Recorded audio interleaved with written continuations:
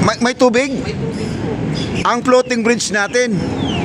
May huminto dahil umulan, bumalik sila sa Piate para na magsilong. Hindi naman back job yan. Motor lang naman ang kulang. Baka naman ay...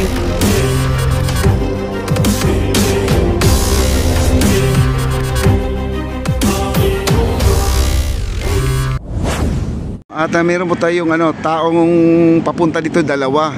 Sila po ay nanggagaling dito sa may Arroceros po. Ngayon po, bakit sila kaya bumalik? No? Hindi na po sila tumuloy doon sa may tunnel kasi kakarating lang po natin. Hindi pa natin alam kung anong nangyayari doon sa ating MacArthur Floating Bridge, mga kaibigan. Kaya puntahan po natin. Ito po ang phase 4, signal number 4. Bagyong Tino po, mga kaibigan. Ngayon po magaganap, pero ang sabi naman mamayang gabi daw ang dating hanggang bukas. Kasi ito yung pinakamalakas daw to ngayon kaysa yung manakaraang bagyo. Kaya tayo ay mag-iingat at wag naman po tayo mag-panic buying po, mga kaibigan. Kasi kanina kita nyo naman dito sa ating harapan, no?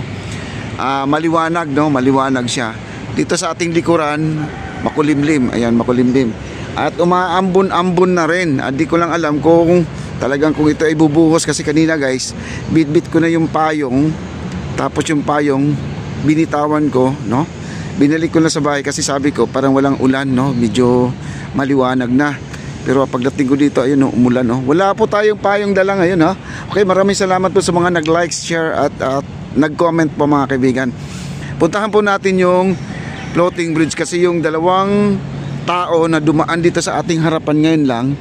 Ayan. Pagdating doon sa may floating bridge na pababa po, guys, medyo parang napahinto sila. Ako ay nagdududa lang, baka naman ay nagtubig na naman po ang ating floating bridge kaya hindi na sila natuloy. Nandito sila sa may ilalim ng Piate University, guys, no? Nagpapahinga. Or baka lang naman ay huminto dahil umulan, bumalik sila sa Piate para na magsilong. Pero ngayon, malalaman po natin kung yun po ay may tubig na ang ating floating bridge, mga kaibigan. Okay? Ito, ayan, kahit na maulan, guys, meron pa rin ating ferry boat, no? Nagbabiyahe pa rin siya. At ito po ang ating ferry boat, ayan, oh. Ayan, nagbabiyahe sila, oh. Kunti lang pasahero, guys. Wala gaanong namimili ng stock ngayon sa kanilang mga paninda, no? Kasi ito, guys, punong-puno minsan to. Oh, ngayon wala, oh. Wala, hindi, maluwag lang ang pasahero. 1 2 3 4 5 6 7 8. Yan, malo lang po nakasakay dyan, malo. Kasama na yung Philippine Coast Guard at saka yung piloto, guys, no? Yung captain. Ayan, dadadaon siya dyan sa may Quinta Market. Kasi meron ding sasakay dyan, may sasakay dyan. Pero walang bababa, walang bababa dyan. Ayan po, puntahan na po natin. Ang ingay ng ibon dito, oh. Ayan, check po natin tong ng mangga. Ayan, oh, marami na pong dumi, no? Marami na. At pero nililinis naman nila to. Nung isang araw malinis na rin to, guys. May nagwawalis dito. Ngayon marami na naman, oh. Ayan, oh. At puntahan natin. Ayan, puntahan po natin to.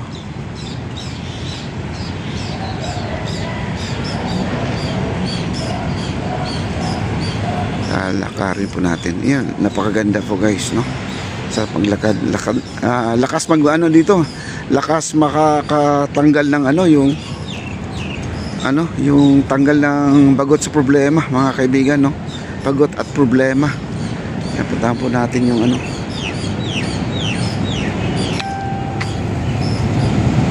Kaya meron tayong isang nag-comment dito, guys. Sabi ni Ruben Igelios, ganun din dito sa amin sa Leyte, malakas ang ulan sa Amar Leyte. Malapit kami sa Tacloban City.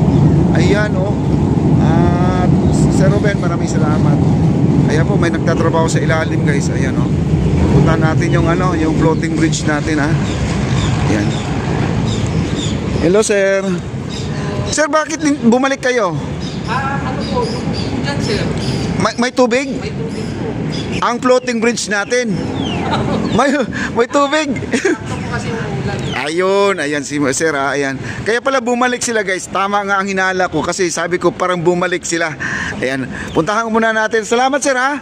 Ayan, bumaha nga raw guys. May tubig. Pero malinis naman yung tubig natin. Ang sabi naman ni Sir, gawa ng may ulan. Kaya nagkaroon tayo ng tubig. Kaya check natin guys, oh. Ito yung sinasabi ko. Ayan. May tubig. Kaya pala nandito na sila eh. Sila si Sir eh. Galing sila ng Phase 4. Galing sila sa Arroceros. Pagdating dito, pagbaba nila dito, kita na kagad nila yung tubig. Ayan oh, may tubig guys oh. Ayan oh. Ayan. Meron kasi tayong bagyo ngayon, bagyong Tino. Ayan, Valentino. Ayan, may tubig guys oh. Kasi sabi nga ni Sir, umuulan nga daw. Kaya may tubig. Siya na mismo nagsabi si Sir, kung walang ulan, walang tubig. Ay, malapit na rin mapuno to pala guys. Nagsasalubong na oh, may tubig nga oh. Ayan oh. Nako, paano na kaya? Di sinasadya. Ayan oh. Eh, wala guys eh. May tubig talaga hanggang doon sa dulo oh. Ang gitna, hindi pa kunti na lang magsasalubong na. Lalo na ngayon kung bumanat pa ngayon ang ulan guys, no? Yan. Grabe. May tubig nga dito. Ayan, no? Kaya pala ang hinala ko sa kanila Sir, bakit kaya sila bumalik? Hindi sila natuloy. Oh. Ayan po, sana po ay malagyan na po ng motor to ito mga katubigan dito guys, no? Grabe. Pwede naman tayo lumusong dyan kasi itong tubig na to ay malinis. Malinis naman to guys. Kasi tubig ulan to. Pero ito ay wala pong butas sa ilalim ha. Wala po siyang butas sa ilalim. Ayan ha, lumusong na ako sa tubig. Yan. Ito yung ilalim ng ating MacArthur. Ito yung lungga. Ito yung tinataguan ng ating mga, alam nyo na no? Ayan. Oh. Ito yung binahay dati. Nilagyan nila ng mga hollow blocks yan. Nilagyan nila ng mga hollow blocks dyan sila natutulog, no? Mula nung nagkaroon tayo ng esplanada, yan, medyo malinis na, naayos na. Ano? Ito yung tulay natin, ayan, marami ng mga gagamba guys, no? Marami ng yung ng gagamba. Tapos ng Halloween guys, no? Okay? Yan, no? Ang luwag pala ng ilalim guys, itong ilalim, oh. Pwede nga maging tulugan, magiging kwarto itong ilalim ng ating MacArthur. Pero ngayon guys, wala na pong mga katulog dito dahil meron na pong nagro-ronda dito. May guardian na. Ayan guys, oh, may tubig oh. Ayan, oh. Kaya bumalik sila kuya. Dito hindi pa inabot oh. Ayan oh. Grabe, ayan. Dito may tubig na oh. Ayan, malalim na to guys. Ito malalim na to. Paano na kaya to, no? Kung hindi na babalikan to, ano na kaya mangyayari? Magiging issue to guys pag hindi to babalikan ng ating gumagawa, no? Magiging issue po ito. Kailangan balikan po nila to kasi marami na pong nagbablog dito na hindi lang kasi ako, ay ito pong kino-comment nila. Alam mo anong sinasabi nila? Backjob daw ang trabaho ng ating gobyerno. Yan o.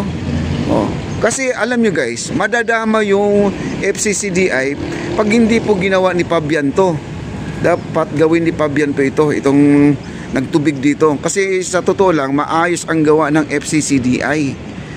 Damay po sila dyan, no? Pag hindi po gawa ni Fabian. Kasi si Fabian po ang gumawa nito. Sana po mabilhan na po nila ng motor. Ayan o, dito lang naman ilalagay siguro ang motor. Ayan o. Meron lang ang abang o. Ayan o, may butas na nga dyan o. Ayan o, yung butas na yan o. Yan na yung abang na dyan yata ilalabas yung tubo para naman may tapon dito sa labas ng tubig. Kailangan may motor.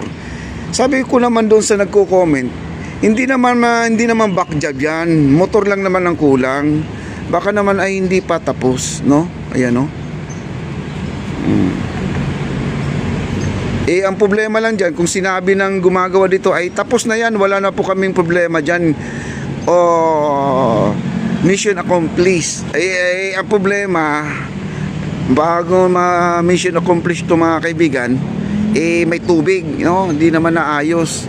Kaya kawawa yung FCCDI, madadamay dyan. Tama ba ako, no? Parang ganun. Oo, parang ganun. Okay, sana balikan po ni Fabian yan, ha? Para maayos lang. Kasi sinabi kagad nila back job eh, no? Hindi po back job. Maganda naman pagkagawa ng ating maganda ang pagkagawa ng ating esplanade dito sa Phase 4, mga kaibigan. Ito, kita nyo naman, no? Diba?